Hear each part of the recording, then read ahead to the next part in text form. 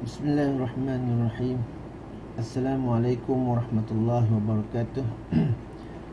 Masih lagi kepada syarah buku teks Pendidikan Islam tingkatan 4 KSSM oleh saya Ustaz Salimin sebagai nama pena. Tajuk yang saya akan syarahkan pada malam ini adalah tajuk yang kelima, iaitu memahami sunnatullah. Memahami sunnatullah iaitu muka surat 29 hingga 35. Sebelum itu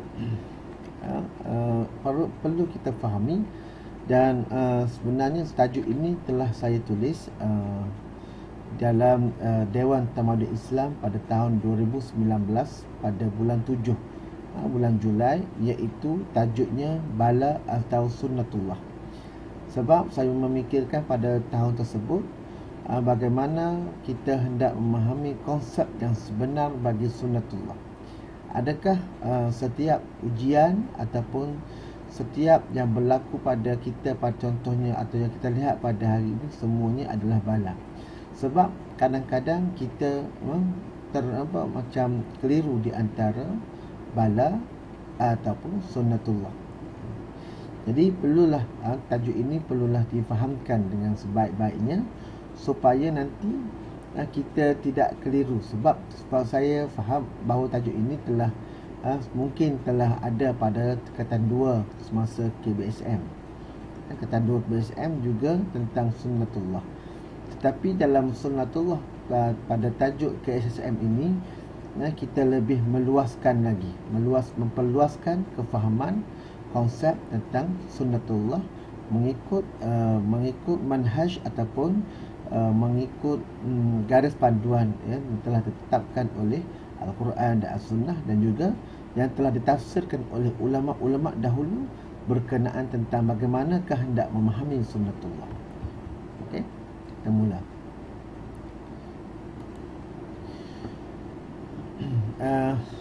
Sebagai pendahuluan ialah 1.30.1 1.30.1 iaitu baca dengan betul, lancar dan juga bertajwid.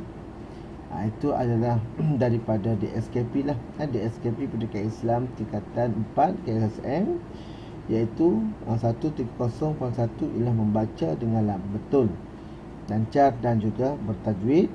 Manakala 1.30.2 ialah baca potongan ayat dengan betul dan fahami maksudnya.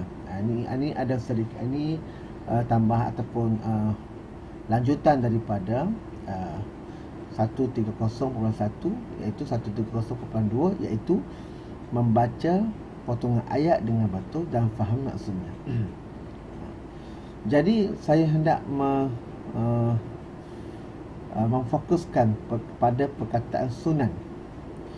Mungkin kita tertanya-tanya, manakah sebenarnya yang dimaksudkan dengan sunnah? Sunan itu kalau kita lihat kepada terjemahannya adalah peraturan-peraturan dan ketetapan Allah Subhanahu Taala. Jadi sebenarnya sunnah ini sebenarnya bila kita terbaca ataupun kita mendengar ataupun kita mungkin kita tahu sunnah, kita pernah dengar perkataan sunnah. Sebenarnya sunnah ini ada pelbagai maksud.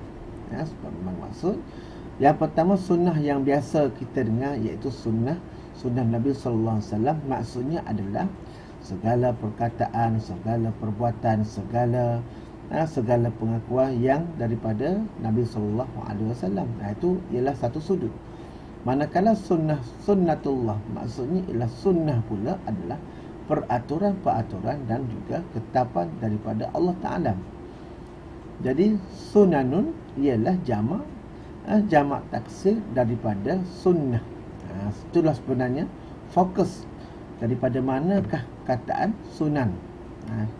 Sunan itu orang tanya manakah yang dikatakan sebagai sunnah, iaitu daripada perkataan sunan.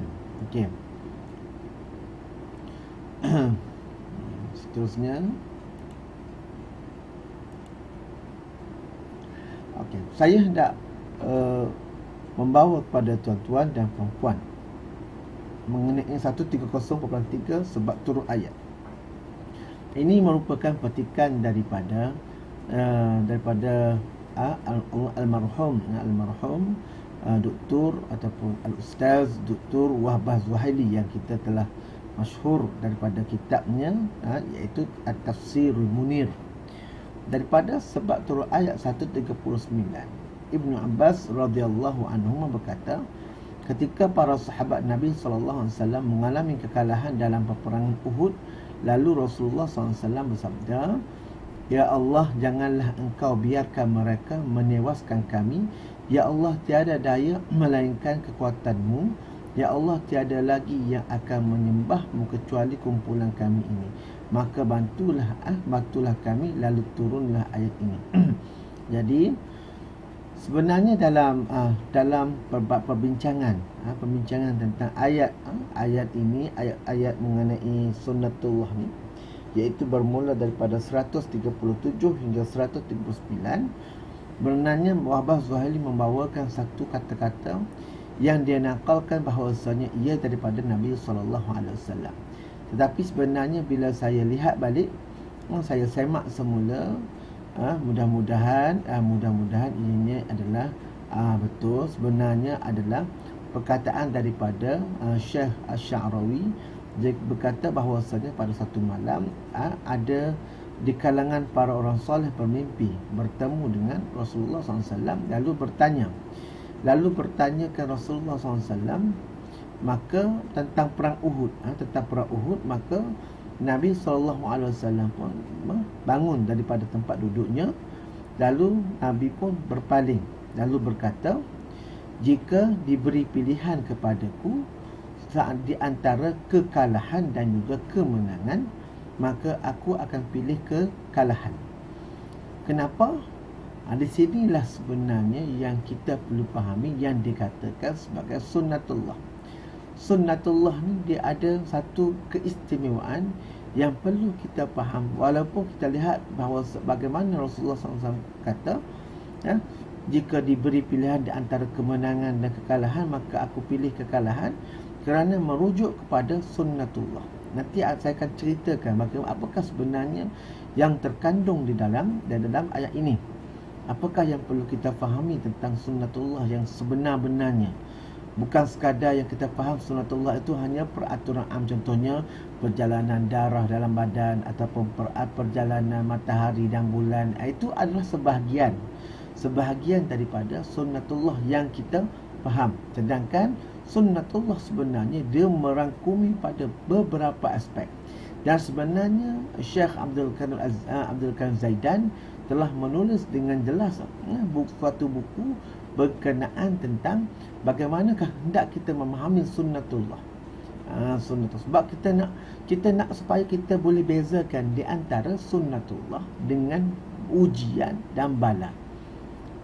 Sebab kita hari ini keliru di antara bila kita tengok contohnya gempa bumi, kita tahu ini bala, ini adalah malapetaka ataupun bagaimana. Sebenarnya banyak lagi aspek-aspek ataupun penilaian lain yang kita perlu lihat. Apakah sebenarnya sesuatu kejadian itu, adakah semata-mata ia merupakan bala atau malapetaka, ataupun ada di sebaliknya adalah rahsia-rahsia yang lain. Jadi sebab itulah kefahaman tentang sunnatullah ini perlu dipahami dengan sebaik-baiknya. Jadi insya-Allah kalau kita boleh fahamkan kepada murid-murid kita atau kita sendiri memahami, maka insya-Allah ia akan membuahkan satu hasil yang baik.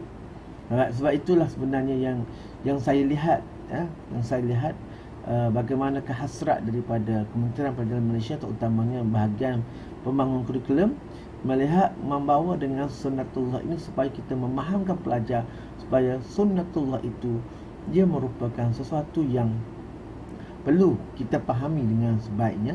Mudah-mudahan kita akan menjadi seorang yang berjaya. Sebab adalah di antaranya yang perlu kita fahamkan apakah yang dimaksudkan dengan sunnatullah, ciri-cirinya dan sifat-sifatnya. Sebelum itu kita lihat dahulu Kita selalu sebab ilmu. Perang Uhud berlaku pada tahun yang ke-3 Hijrah. Inilah sebenarnya titik tolak utama. Ketika perang Badar, umat Islam menang.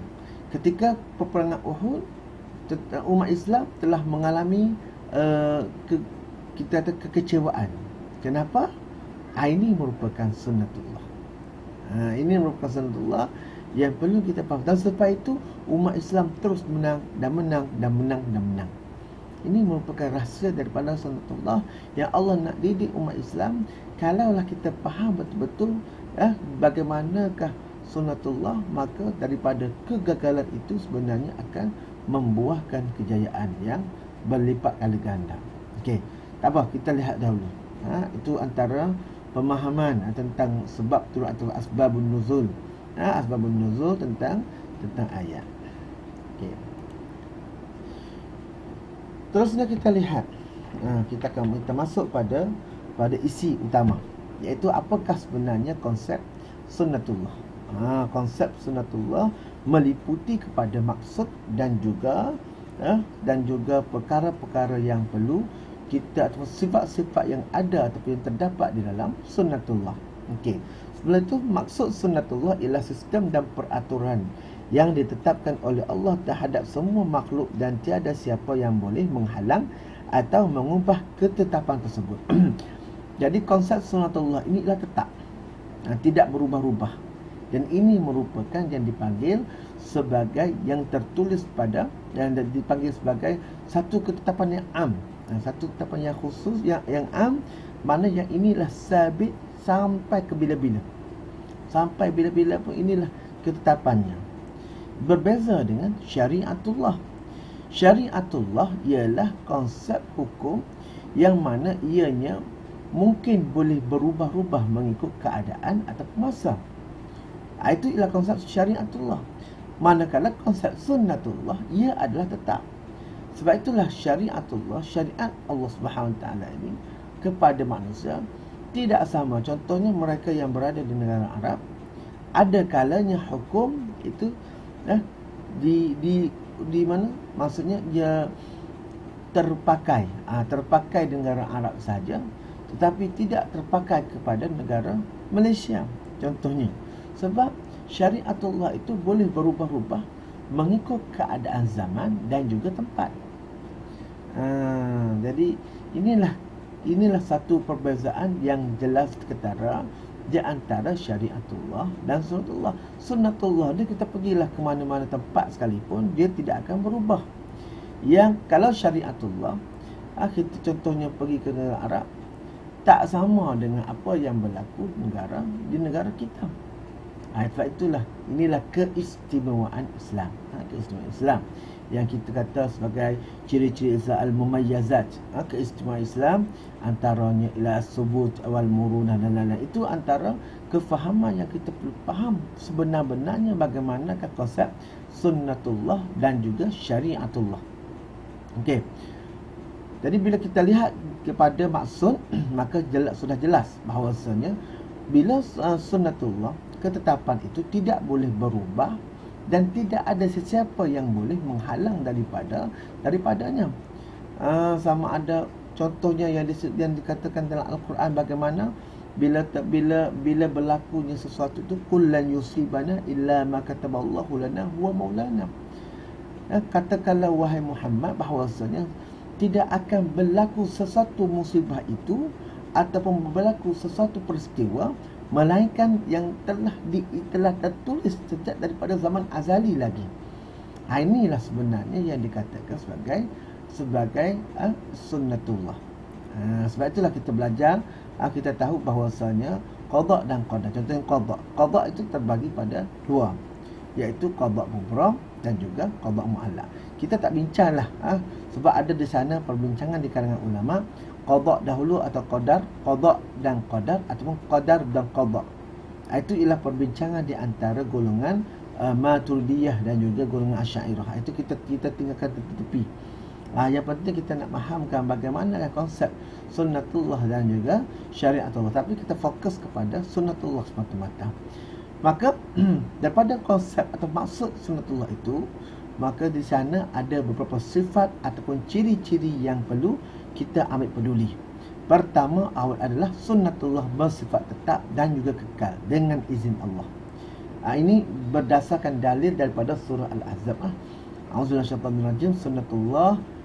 Sunnatullahi fil ladzina khala min qabl wa lan tajida li sunnatillahi tabdila. Tabdila maksudnya tidak berubah sampai bila-bila, tetapi dengan izin Allah. Sebab ada sesuatu perkara yang perlu kita faham.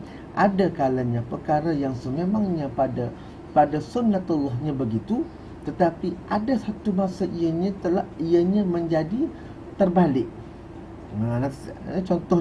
Contohnya ialah api biasanya mengangus, tetapi satu masa bila berlaku pada Sayyidina Nabi Ibrahim, maka api itu tidak mengangus dengan izin Allah. Inilah yang dimaksudkan dengan sesuatu itu sunnatullah bersifat tetap dan kekal dengan izin Allah.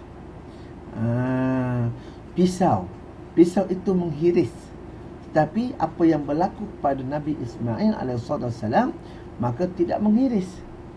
Itu yang dinamakan sebagai sunnatullah bersifat tetap dan kekal. Nanti kita akan bincang. Sunnatullah merangkumi semua makhluk. Tidak ada mereka yang terlepas daripada sunnatullah. Walaupun mereka yang berada di luar daripada langit sekalipun, tetap juga mereka ini dalam ketetapannya adalah ketetapan sunnatullah.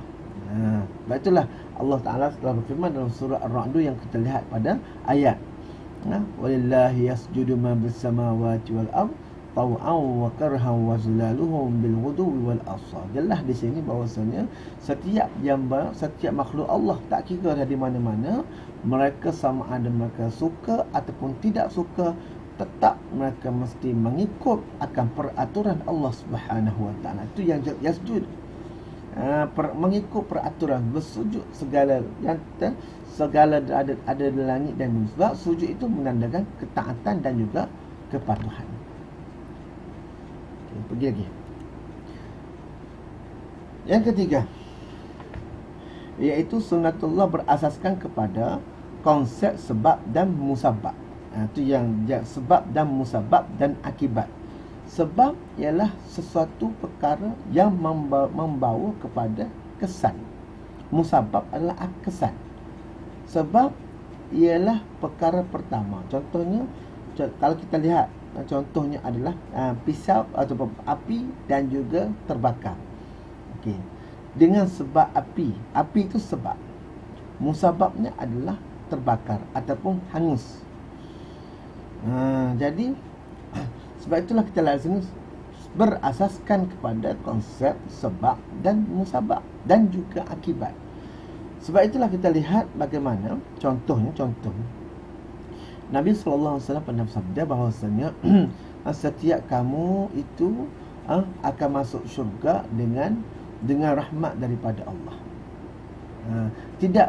Bukan kerana amalan masing-masing.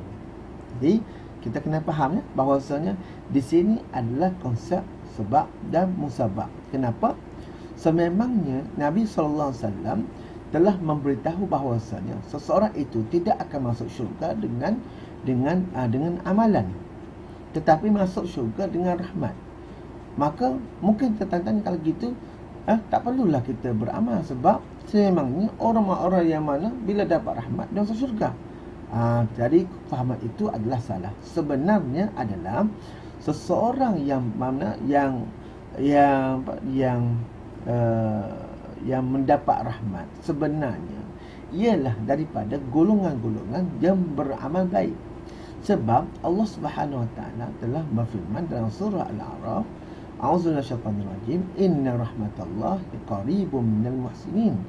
Hanya sahaja rahmat Allah itu dekat bagi orang-orang yang berbuat baik. Jadi kalau saya berbuat baik hari ini, saya buat amal yang soleh, ikut dengan syariatnya, ikut dengan ikhlasnya, maka insya-Allah saya akan mendapat rahmat daripada Allah, dan itulah sebenarnya yang memungkinkan akan membawa kepada syurga. Sebab itulah kita kena faham bahawasanya sunnatullah itu berasaskan kepada konsep sebab dan musabab dan akibat. Itu jelas di situ. Jadi